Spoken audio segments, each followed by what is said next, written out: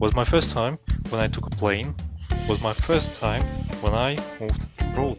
So it's like the 12th floor, and right after it comes the 14th floor. I feel like we would need a separate podcast, but anyway. Maybe not the best way to start. I'm a real deal. Worlds together.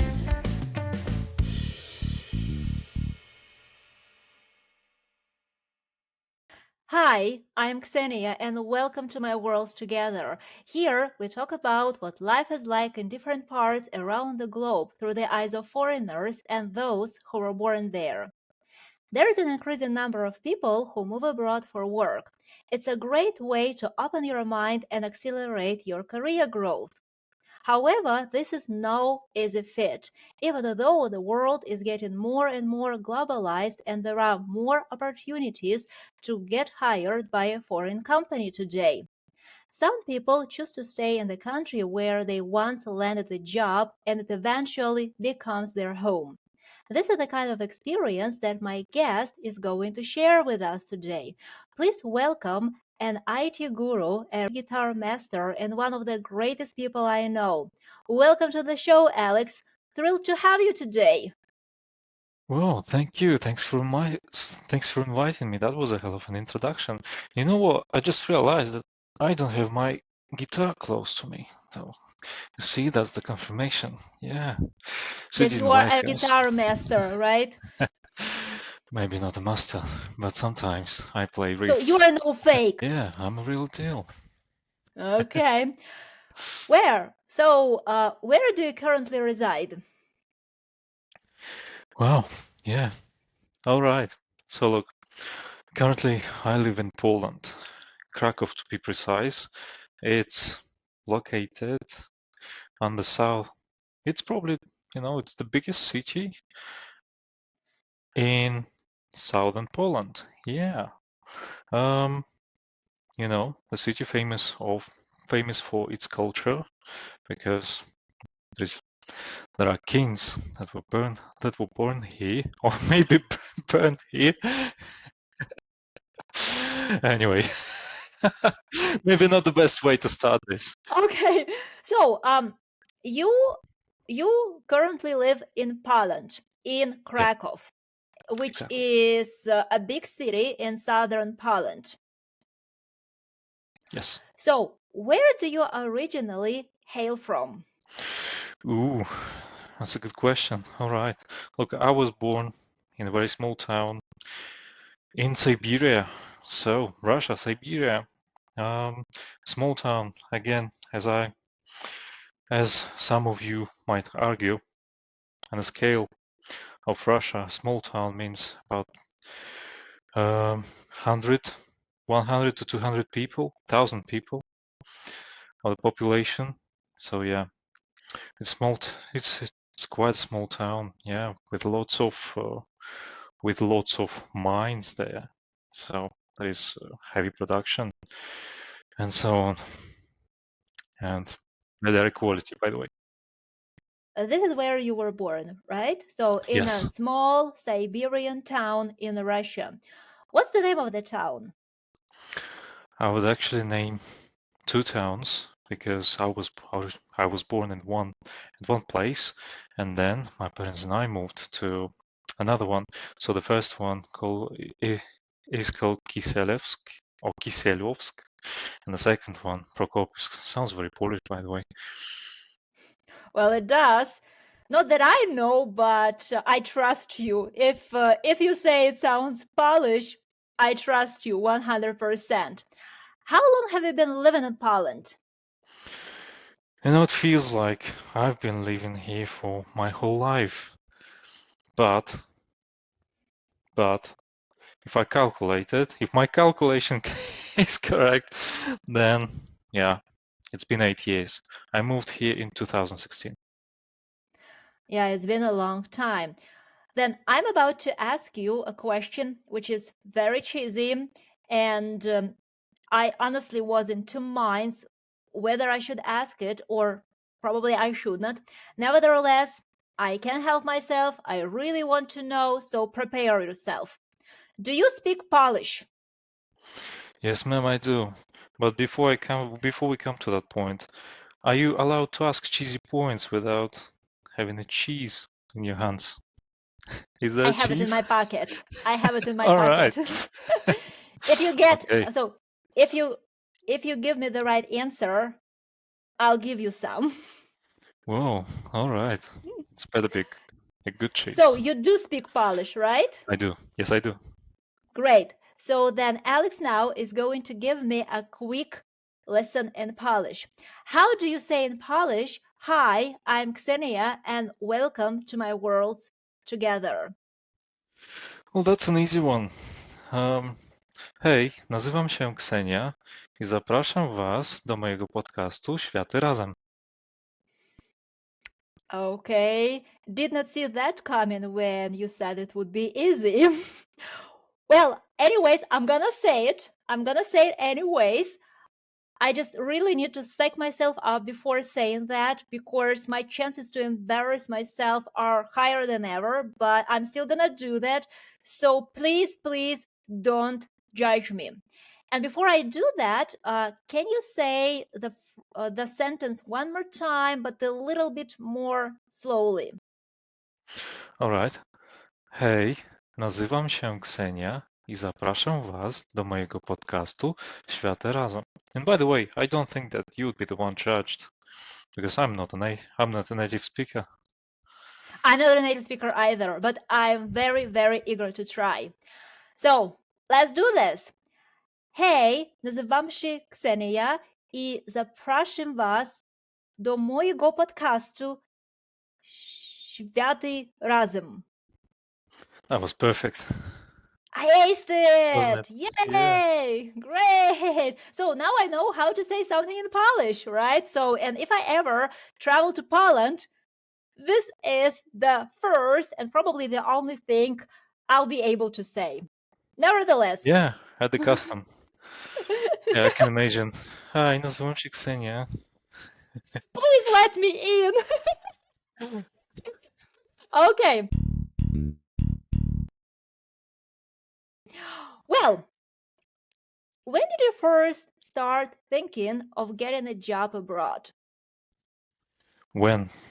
Ah, that's a good one because it brings me to my past when I was young and irresponsible. All right, I think it was back in 2015 or 16, maybe even 14. You know, when I was a kid, and before I get to that, it's worth to mention that some of my relatives they live in Germany, and since I was a kid, I've been dreaming about living abroad and moving somewhere. Uh, it's a funny fact is that when I graduated from school, I, the first thing that I was about to choose is obviously the university where to study. And the keyword here is where, because I wanted to move as far as possible from my hometown. And I remember, scrolling different university offers, and one of them, I still remember it, was from Vladivostok, which is quite far from the city when I was born. It's actually about 5,000 kilometers. Can you imagine? Yeah. Anyway, back to the question. I think it was either in 2014, 15, or even 16. Well, if I moved here in 2016, then I guess I started thinking about it slightly earlier. Okay. How long did it take you to secure a job offer? um, Not a lot. I mean, not a long time. It took me about one to three, from one to 3 months, I guess. To secure a job offer was quite easy. You know, back then, at the time, I think Polish labor market was quite wide and fastly growing, especially in IT area. So I just attended a couple of job interviews, and in about a month or so, I finally got a job offer. Yeah, easy as that. So it took you around 2 or 3 months to find a job. Yeah. Okay. Moving to another country requires a bunch of paperwork, and just looking at the list of the documents you are required to provide might be appalling. And you might have been appalled by the number of the documents that you needed. Well, bureaucracy is a nightmare pretty much everywhere in the world.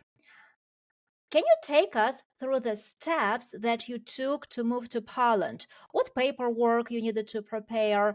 Um, how you rented an apartment there? How you moved your stuff from Hmm. Russia to Poland? If, of course, you did that.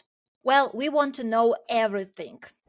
All right. I feel like we would need a separate podcast for that because it's going to be a long story if I get to the details. Um, anyway, look, first and foremost, if you consider moving abroad and get a job there, obviously, the first thing that you need to think of is how to get a work permit, unless you have someone living abroad who can, you know, be a sponsor to you and provide an official invitation. But it wasn't my case. And before even I get to my case, explaining how it was, it's worth to mention that it's my personal experience, and I consider myself as a lucky person. So please don't treat this. Please don't treat what I say as an immigration guide. That's what I'm trying to say, I guess. Anyway, the first thing first, a work permit. What it means that someone here in Poland or in any country where you live, basically a representative of a company that is going to hire you, so that person should go to an immigration office here in Poland and apply for a work permit. So basically, what happens next is that the government officially issues you a document that says that this foreigner is a potential employee of this company, and he or she they will work, and they are allowed to work and stay in the country for a certain amount of time. In my case, it was 6 months. Yeah, considerably a short amount of time, but it's implied that a foreigner would be able to get to the final stage, which is temporary residentship, considering Poland or European Union in general. Yeah.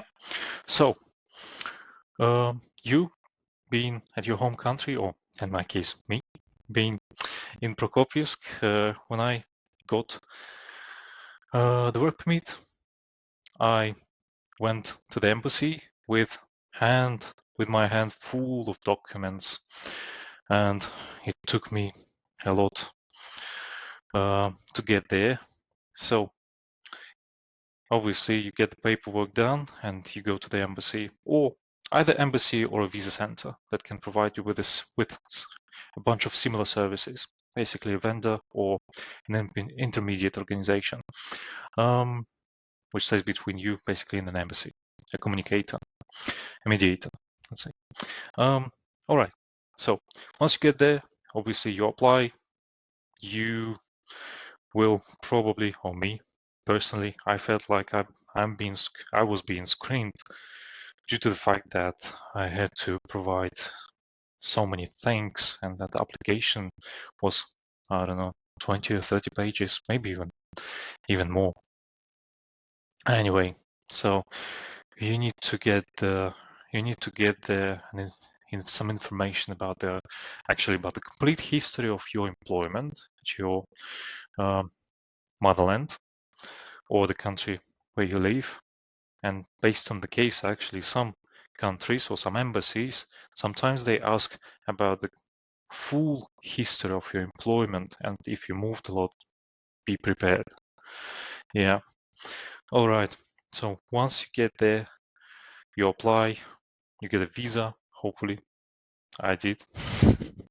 That's why I'm here, and not only. Coming back to the second part of your question, you mentioned one of the most challenging things that a foreigner runs into when they started living abroad, and that's obviously renting an apartment. So basically, if you don't speak any Polish, and if your company agrees to cover some extra costs for you, you can hire an agency, uh, real estate agency with someone who can represent yourself, maybe even uh, drive you to different sites, different apartments, and help you meet the landlords and to communicate, obviously. At the time, again, because of because I would say that the supply against the demand on the real estate market was quite disbalanced to the benefit of um, the foreigners, or just in general people who would like to rent an apartment. So in general, the supply was much bigger, wider than the demand than it is now, by the way. Yeah, now, for instance, nowadays it's quite difficult to rent an apartment. Anyways, story short, I had that agent, and I was lucky to get an apartment. The first apartment that I saw actually rented it. I was so lucky with the landlords and the agency and so on. Even though I paid quite a lot of money, I was lucky because the apartment was on in a new building, a brand new building actually.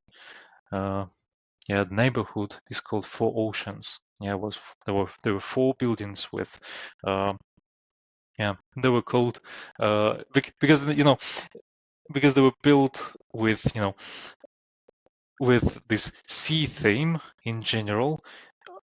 The first thing that I noticed is that 13th floor was absent there, because when you get to uh, a lift, you wouldn't be able to find you yeah a button with number 13. So it's like the 12th floor, and right after it comes the 14th floor. Yeah, And there is nothing in between. yeah. Okay. Well, officially, obviously, there is 13th floor, but you wouldn't be able to find it in the lift. Like the number, Yeah, right? yeah. The number wasn't there. So your company hired a real estate agent to help you to find an apartment, right? So, and you rented the first apartment the agent showed to you because you Yes. got lucky, right? And obviously you're a very lucky person because you've said it like a few times, right? And I got lost on my way back.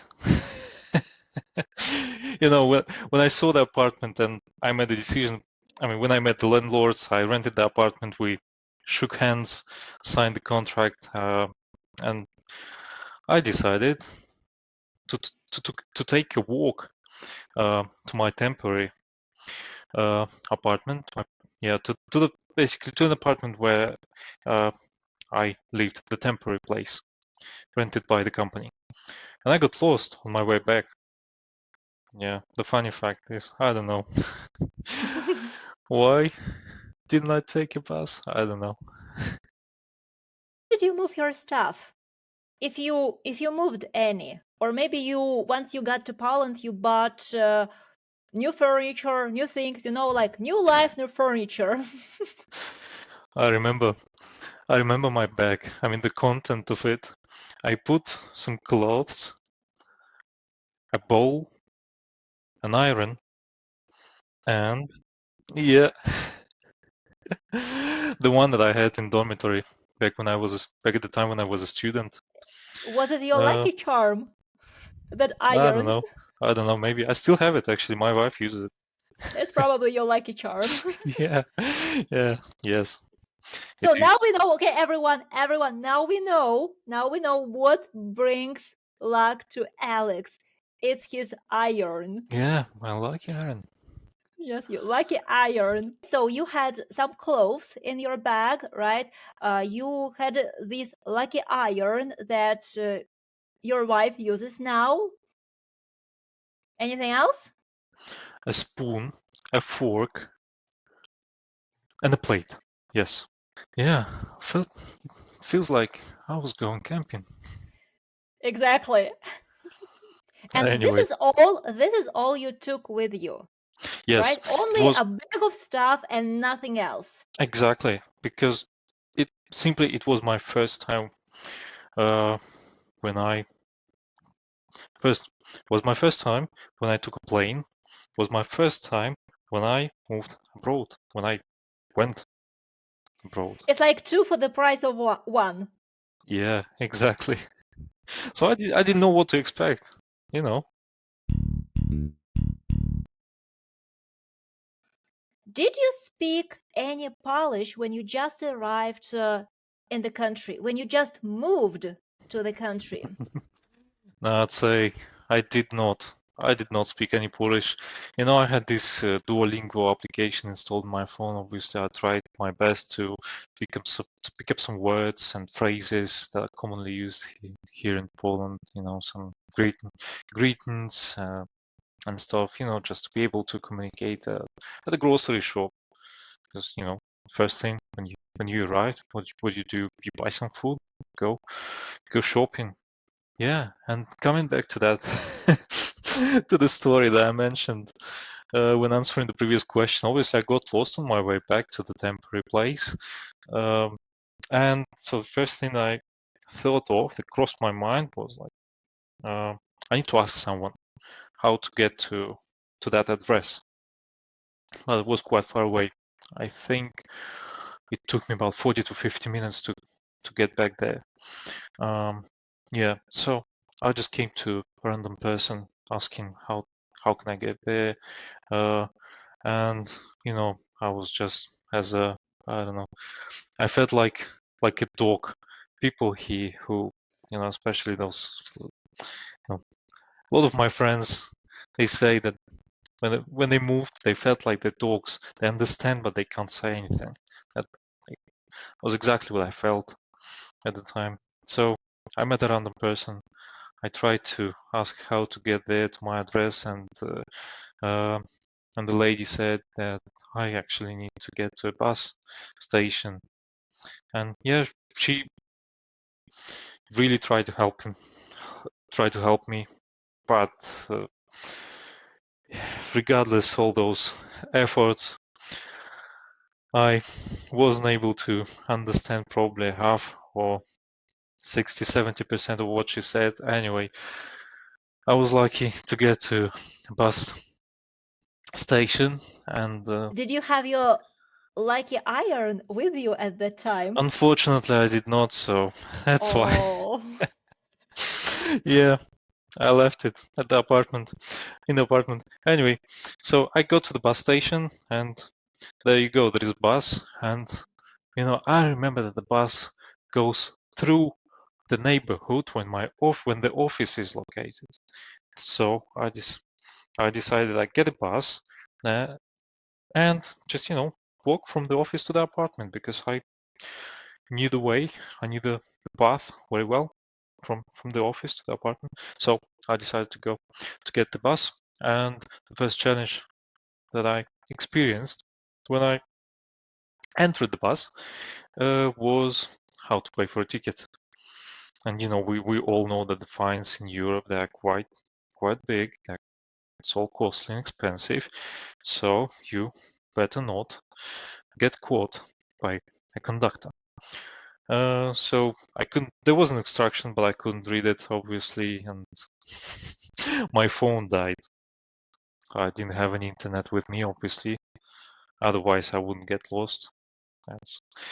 So I went to a bus driver to ask how can I buy a ticket.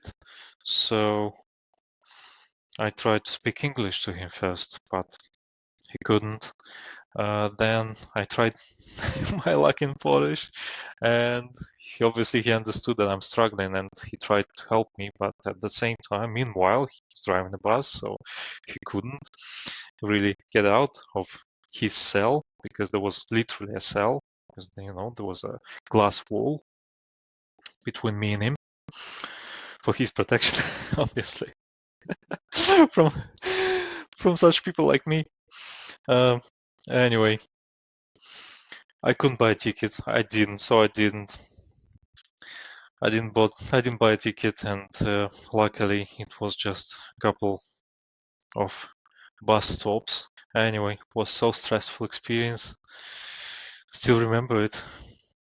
You made me to, to remember it, to come back to it again. I feel like I'm so I'm stressed sorry. again. I'm so Yeah, sorry that you now have to relive this yeah. traumatic experience. How about we move on to my next question? When you first arrived in Poland, from what I understand, you knew some words in Polish, but you were not very confident speaking it. And from what we saw earlier on this show, your Polish is great now. How did you learn it? That's a merit of my wife, mainly, I'd say, generally. I met her when I moved from Gdańsk to Krakow, and I had a little bit of Germany in between because I moved first. I went from Gdańsk to Munich. I lived in Germany for 6 months, but I didn't really like it. Uh, we can record a second podcast about my experience in Germany. I would love Yeah, to. that's a different story. Anyway, so back in 2018, I moved to Krakow, and I met my wife almost immediately. Yeah. So, and she helped you improve your Polish. hmm Yes. Yes, she did. Obviously, I had a teacher, and in general, my advice to everyone: if you learn another language, you have a professional teacher like Xenia. I know Oh, I wasn't thank you supposed to so say that. much. You were not supposed to say that. And by the way, for those who don't know, Alex is a former student of mine. Yeah. But I didn't teach him Polish, as you understand. I taught him English. Yeah. So you hired a teacher, you hired a Polish teacher, and your wife also helped you improve your Polish, and Yes. now you are so good at it.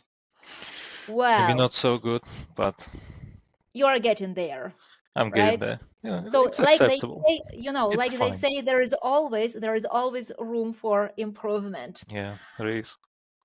Well, is it possible to get by in Poland by speaking English only? You know, I some people I know people who get by really speaking English here in Poland without any issues. I mean, even though it's quite stressful, it would be stressful to me. And in general, in I think when you move to a different country, when you're foreign in a country, and when you try uh, speak the language, local language, people they're more responsive to you. They're more friendly. They're more helpful, in my opinion. That's just my experience. But really, I know people who get by in Poland by just using English, even though not not not everyone here in Poland speaks English fluently, even though there is a lot of people who can speak English very well, much better than I do. Anyway, it's generally possible. I haven't tried it, and I would recommend, if you really want to live here in any country and become local to assimilate, to really feel what is life in a different country, you need to learn its language. Let me take you a few years back when you just set foot in Poland and everything was different, new, and unfamiliar. What are some things back then that surprised you? Like food, how to pay your water and electricity bills, household objects which are typical for homes in your country but are absent in Poland. Hmm, that's a good question. Actually, I don't remember.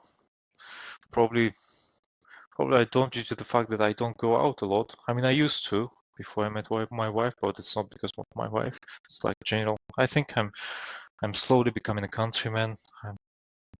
I live in the countryside now, and you know, even though it's not that far away from the city center, but it feels like I'm getting used to this new lifestyle, the country style lifestyle. The next thing we know, Alex is a farmer. Yeah, maybe when I'm too tired of working in IT. All right, back to the question. So, first thing that that surprised me was obviously Polish language. The way I heard it, the way it, the way you hear it when you don't speak any language, but then the way you hear new language can be a little bit misleading because it's not like I expected. It wasn't the way I expected Polish to sound.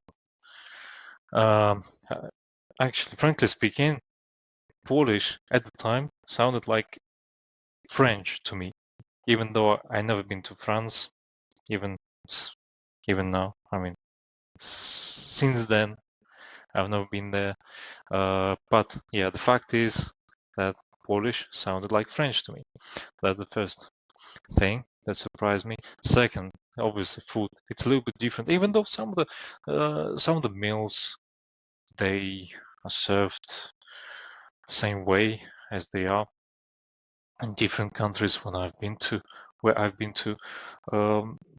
But some of the meals they were quite strange to me. I don't know how to put this to I don't know how to I don't know how to express myself. You know, for instance, let me give an example. There's one soup. It's very traditional. Maybe it's not. I, I should ask my wife before I say that. But yeah, it's okay. Let I'm brave enough to say that. Let's say it's a traditional Polish dish. It's a soup, and it's made of blood, not human blood, of course. But I think it's the blood is coming from a goose, if I Goose remember blood. correctly. So this Yes. soup is made with goose blood or of goose blood. You know, I don't know the recipe, but let's say with, Okay. assuming that there is not a lot of it in there, although it depends how you cook it. That's the second thing that surprised me. So food. But anyway, the majority of Polish traditional dishes, they're quite similar to what I'm used to. Yeah. Although sometimes my wife and I fight a lot about the about about the meals, about dishes, but in general about what to cook because we're used to different tastes as lots of people, I guess. Anyway, I think that even if you come from the same country, but you grew up in different families, you have different preferences in food. oh yeah, of course. So I think Anyway, that it's the kind of thing which doesn't depend on whether you come from different countries, right, or you come from the same country. But of yeah, course, if you maybe come from a different country, this kind of thing, you just have more differences, right? But I guess so. still, there are differences, right? Prior to our talk, I read a funny story about a man who moved to Norway. On her first day at work, someone asked him how much he was working. And instead of saying, I work full time in Norwegian, he said, I'm working drunk. And that wasn't all. One of his Norwegian friends had invited him to a dinner party. And he felt like he needed to say something to thank him. So instead of saying, thanks for everything, he said, rest in peace. Wow. Just imagine someone leaving your house after a dinner party saying rest in peace. This person would never ever be invited again to my house. So, has anything like that ever happened to you in Poland? Now I'm thinking about what the origins of that person are, because how you can confuse those two phrases. They're totally different. But the funny fact about Slavic languages and to be precise, Polish and Russian, is that some of the words there are some words that sound similar and they have similar meanings. Some of the words they have different meanings, even though the pronunciation and in general they just sound they're very alike. But yeah, the funny fact is that they sound the the meaning is different. The meaning can be opposite actually. Yes, exactly. And I wouldn't say that it happened to me. It has ever happened to me. I wouldn't say that. But I have another story to you, which is probably even funnier than this one. And it's also about me speaking Polish. Um, about 4 or 5 years ago, I had this car accident. Just a small scratch. A Someone fender scratched my. bender, right? Oh It was a yeah, fender bender. yeah. Just someone scratched my car and left. So because I had full insurance back at the time, I decided to use it obviously and get my mm, get the damage fully covered. Um, anyway, so you know, I called the insurance company, obviously, and they sent an agent to me, the representative, who came and who was supposed to get the paperwork done, get the details about the accident and so on. All right, so early morning, my wife is about to leave and go to the office, go to work. That back at the time we lived at this rented apartment, which we didn't know one thing about. So my wife is leaving, closes the door because I think I was in the shower.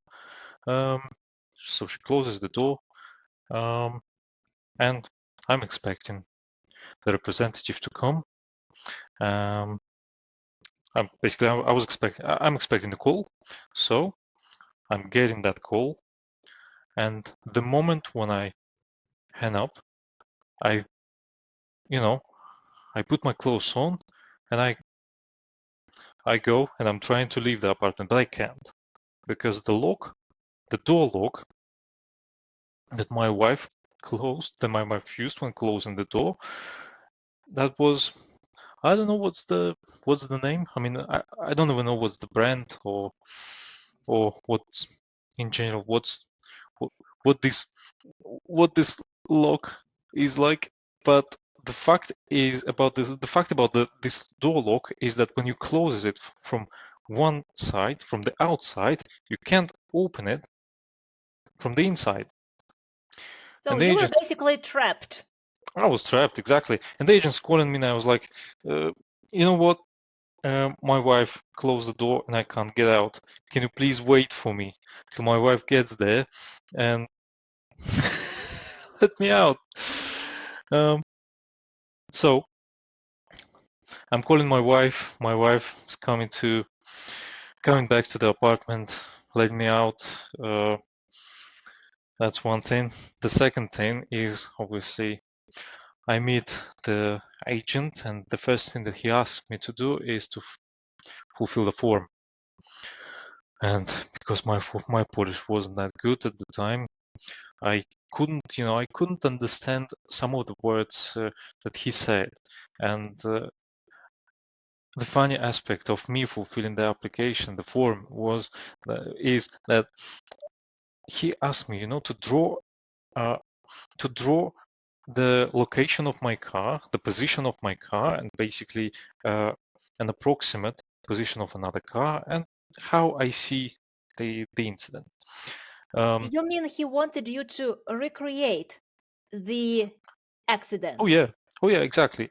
But in a very, how to put it, in a very uh, in a very simplistic way. Simplistic way. Yes, simplistic way. So just write a couple of rectangles, uh, saying that A this is couple of car, lines, a couple lines. circles. This is car one. This is car two. But because I don't understand him, I'm starting to write exactly how it happened, and because I had never written anything in Polish before I met the guy, um, I was quite confused. And it, it would be fair to say that I couldn't write the word without I wouldn't be able to write word without a translator. So that that's what I'm doing. I'm opening a translator and starting to writing some words and statements, trying to just recreate the narrative of the accident. And the guy, the I don't know why, but it took him a couple of minutes looking at me how I'm doing it. He was just observing me, and after a couple of minutes, he was like, "All right, probably just you just need to draw it how I said to you." I'm like, all right, yeah. Why would you wait for me? Why would you look at me googling, but instead you decided to wait? Maybe he thought that you didn't know how to draw stuff and you Oh were yeah, looking for some examples that you yeah, could exactly. copy. And he was like, okay, he can take his time. He doesn't know how to draw a car. Okay, fine. Yeah. I'm a good person. I can wait for him to do that. Actually, I don't think I can draw a car properly. I remember. The guy was not Yeah, wrong about he it. was not. Yeah, he He was was not. not wrong. But I remember my first grade at school. My mom helped me a lot with drawing and stuff. Basically, all art classes. She got this course, not me. So you unconsciously like started writing because you knew you are not so good at drawing, right? No, no. I started writing because I didn't understand him. He expected me to draw, but anyway, he decided to wait looking at me how I'm struggling and writing those things with the translator. Yeah. Anyway. Okay, so this is one situation that you could remember when you did not understand something in Polish and it led to some kind of confusion on your side. Oh yeah. Maybe on the other side too. Maybe. So you were both confused. Yes, I'd say so. Okay. Well, anyways, that's a funny story. Thank you so much. Thanks for your time. It was a real pleasure talking to you. That's the end of the episode, and thank you so much for listening. Pleasure's all mine. This show is inspired by English learners. In the description, you will find the link to download a PDF with some of the interesting language that we used on the show today. There you will find some little examples and definitions. Thank you so much for watching.